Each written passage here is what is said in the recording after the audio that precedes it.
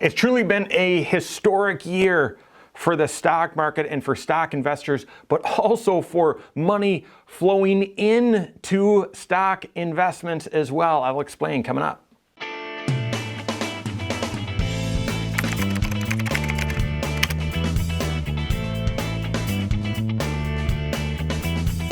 My name is Mike Bernard. I'm the host of the Wise Money Show. I'm also one of the certified financial planners right here at Korhorn Financial Group. Make sure you hit that subscribe button, turn on notifications, and smash that thumbs up button.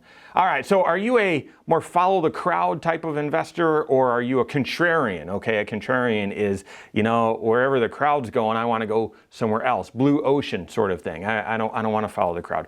Which are you? For me, I would say I'm more of a contrarian. There are some people that just purely momentum. So they're purely looking, hey, where's money going? That's where I want to go. And if you're early and you've got a system, boy, that can be an advantage. That can certainly be a great strategy. Then there's the pure contrarian, which is, hey, once I start seeing people going there, I'm going to do the opposite.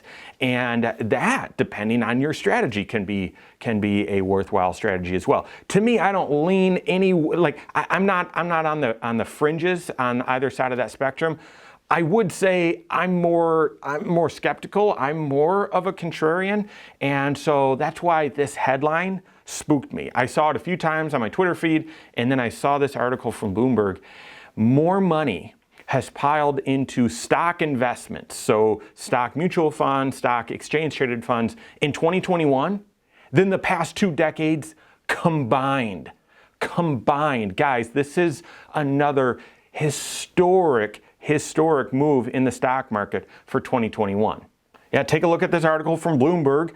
At one point, it was $1.1 trillion that has flowed into stocks in 2021. A little bit has come off of that, so it's standing just shy of $1 trillion have flown into stock mutual funds, stock ETFs. That's not even close, guys. It's not even close to what's happened over the past couple decades. And again, like I said, you add up the cumulative amount that's been invested in stocks over the past 2 decades, it's still what's been invested in 2021 into stock mutual funds, stock ETFs is greater than that. So this idea of inflation, we've talked a lot about that.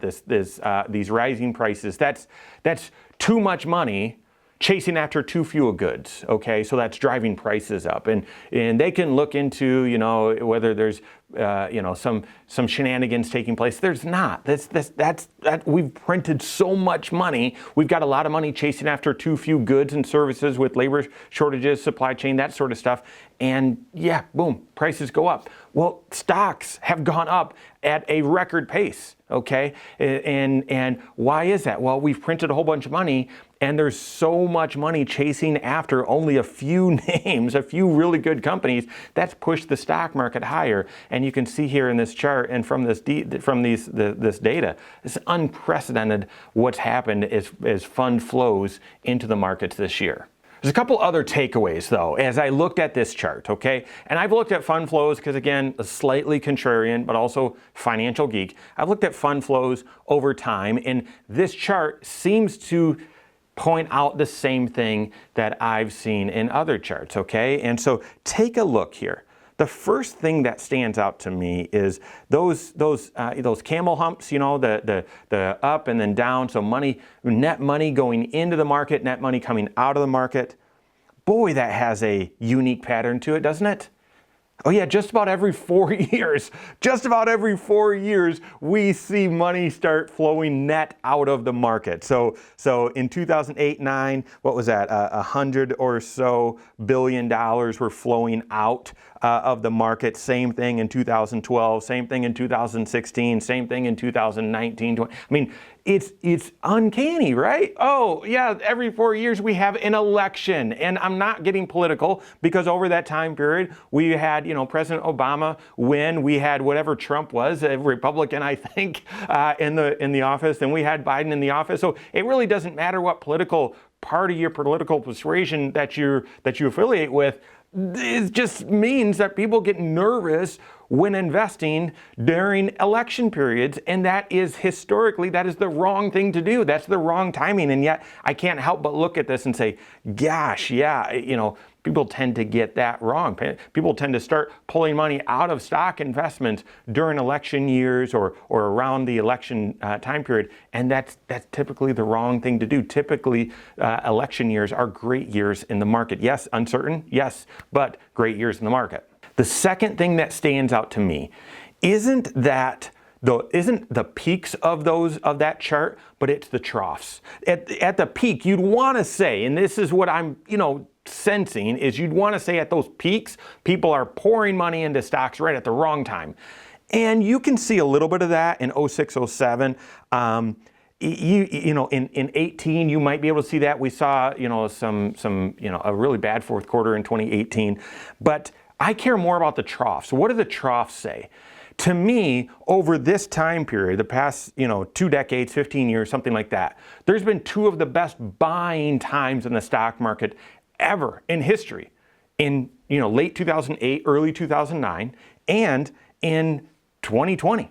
And look at 2008 and 2009. Net money was flowing out of stock funds. That's the exact opposite that should be happening. Even in 2012, 2013, good years in the market. 2014, good years in the market.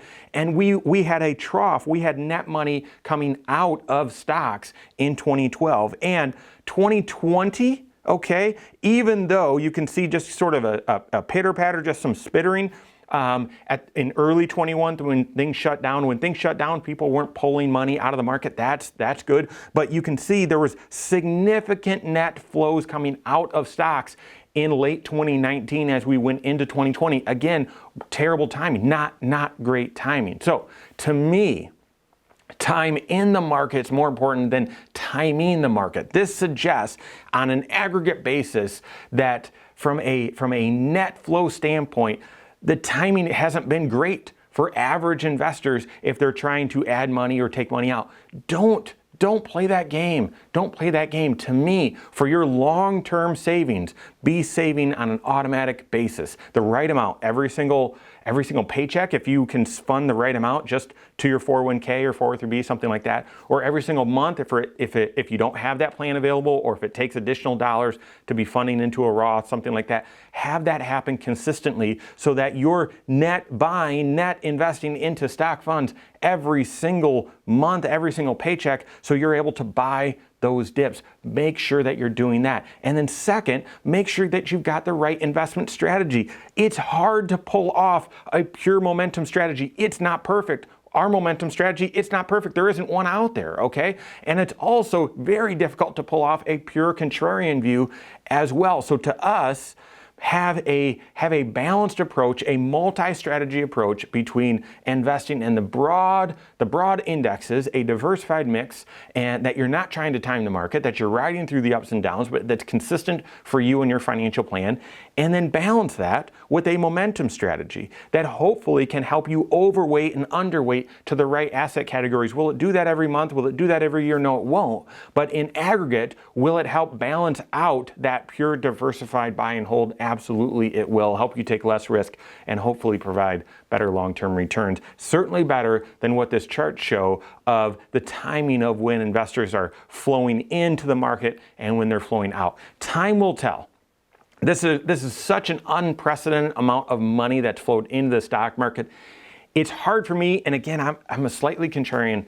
It's hard for me to not look at this and say, yeah, ouch. This one might show that people rush in the market at exactly the wrong time. We'll see how that ages. Work with your CFP to make sure that you've got the right funding strategy, the right investment strategy. If you don't have a CFP on your team, you can always contact one on my team. Find us online, Korhorn.com. That's Korhorn with a K. WiseMoneyShow.com. You can find us there as well, or give us a call, 574-247-5898. All right, there you have it. Go out and take your next wise step in your financial life.